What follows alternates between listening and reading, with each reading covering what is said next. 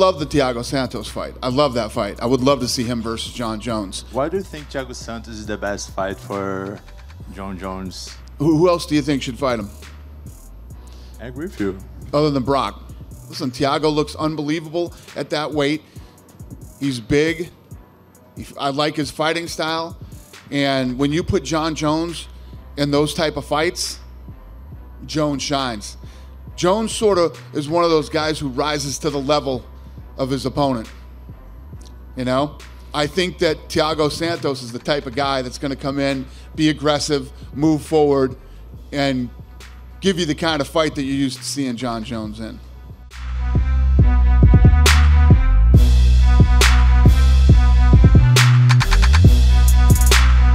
I know you want to enjoy it tonight and spend time with your team, but Dana was here earlier and he said Thiago Santos looks like the right fight for you next.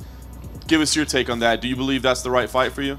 You know, I'm going to talk with my coaches and see what they want me to do, you know, so there's a lot of great fighters in the UFC. Everyone's looking so impressive, and whoever it may be, I'm here to defeat them all.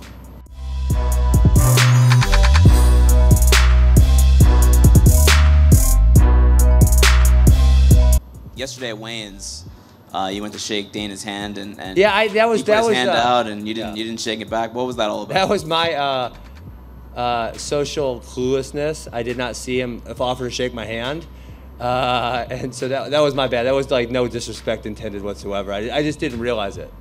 You were saying something to him too. Yeah, of course. What were you saying? I'd like him to, you know, push back a little bit, give him some shit. He can give me some shit back. Well, now maybe you have that opportunity with this possible rematch. Well, I was hoping, you know, yeah, whatever. Thanks.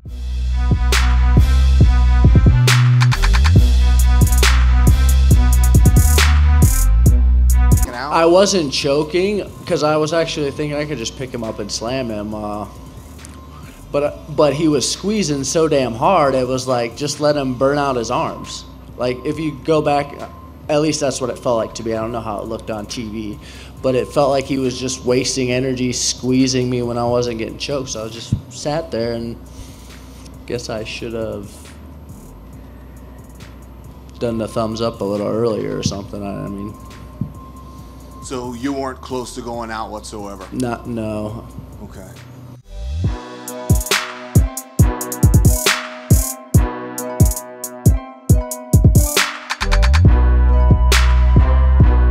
Can you explain exactly what happened? So it has to be an intentional thing for the fight to have stopped and be ruled a DQ, or what exactly was the ruling based on with the 2 points?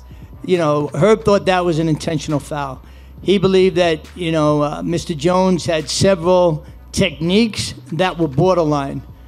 They weren't any fouls, but you know, he was throwing some kicks and some knees that were, you know, very close. And when that knee hit him in the head, Herb thought it was intentional, called it intentional. Mr. Smith was able to continue, and thus Herb took a mandatory 2-point deduction, or he could have DQ'd him. Why not the DQ? Because Mr. Smith, Anthony, was able to continue.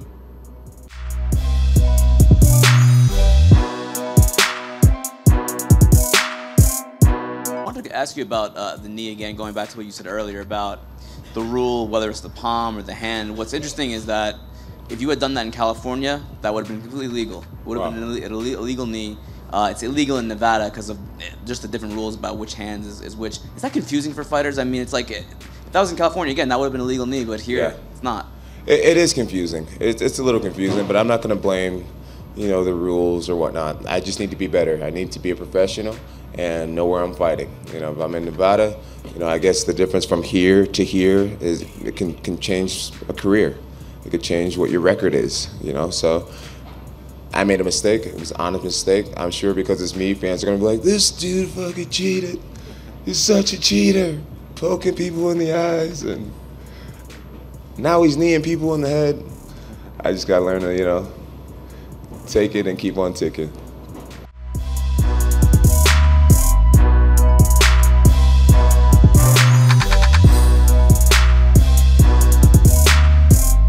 Just point blank, is Jon Jones a dirty fighter?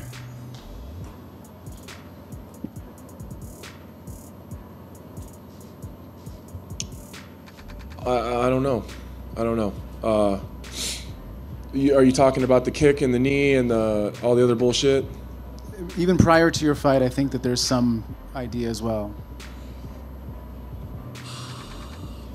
As far as the PED stuff, man, I mean, it'd be real easy for me to sit here and blame it on that, man. As far as that goes, no, I don't think he is right now. I'm not saying that he's not. He hasn't ever been. I'm not. Again, I'm not going to give Jon a pass. I think he has used PEDs in the past, but I think that right now he's a clean fighter. Until I see the knees and the kick, or the knee and the kick from the outside, I don't know what he was seeing, so I can't answer that question either.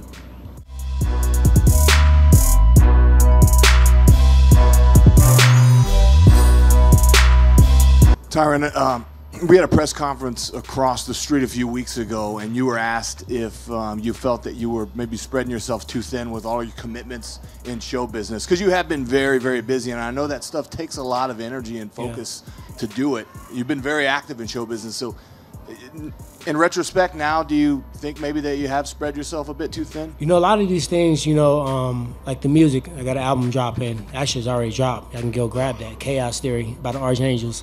That's been a year. So I didn't just record that whole album during training camp. The album was done. And when I was in Hawaii, we put the final touches on it. You know, movies take a whole year to come out. TV shows take 6 to 8 weeks. So when I get in training camp, I get in training camp. Yeah, you know, but it is something that I'll look back and be like, you know what? I got a lot of energy, focus on making sure everything's going, you know, to where it's supposed to go, P's and Q's, all these different celebrations or whatever. And, you know, as I was doing it, I was like, no, I'm training my ass off. And if I train 4 to 6 hours a day, the rest of the hours a day, I can do whatever the hell I want to. I don't have to sit down and watch Netflix. I can go to the recording studio. I can read a book, or I can work on different businesses. So to answer your question, I don't believe it did, but I'll sit back with the team and we'll reevaluate some of that stuff.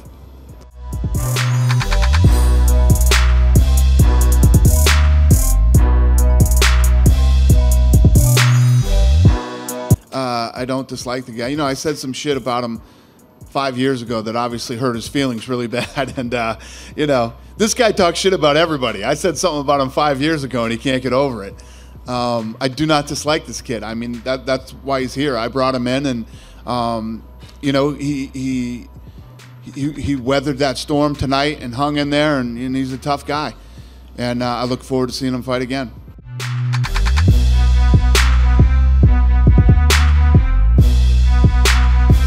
At the end of the fight, you shouted to Dana, "Is that the best that you got?" And then you kind of, right? You're a funny guy. We know you're a funny guy. And you have the thing at the weigh-in, and then again, it's like, are you just gonna send him an edible arrangement? Can you guys just make up and move on? Yeah, you know, I've offered to sit down with him multiple times. He seems to have no interest in that.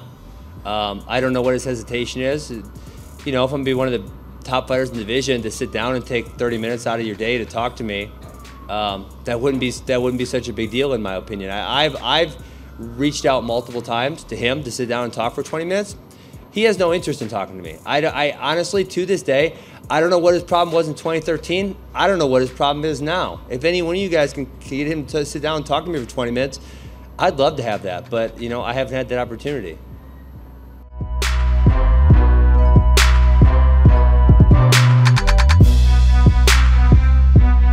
He said he wanted to talk to you for a half an hour and you wouldn't give him 30 minutes of your time.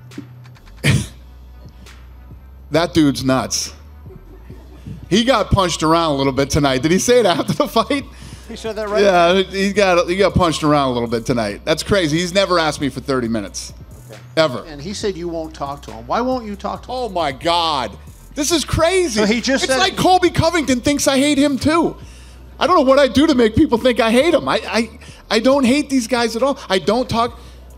Lene, did I not talk to Ben Askren in the back hall when we were walking out for the thing? It's crazy.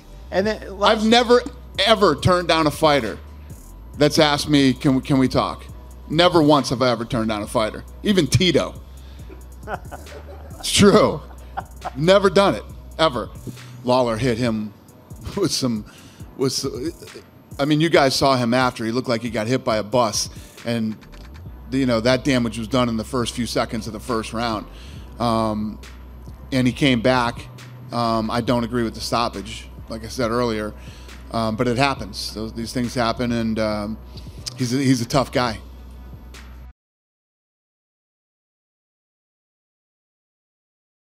We know what I'm capable of. I just look to rematch that and run that back, man. That was my 5th title defense.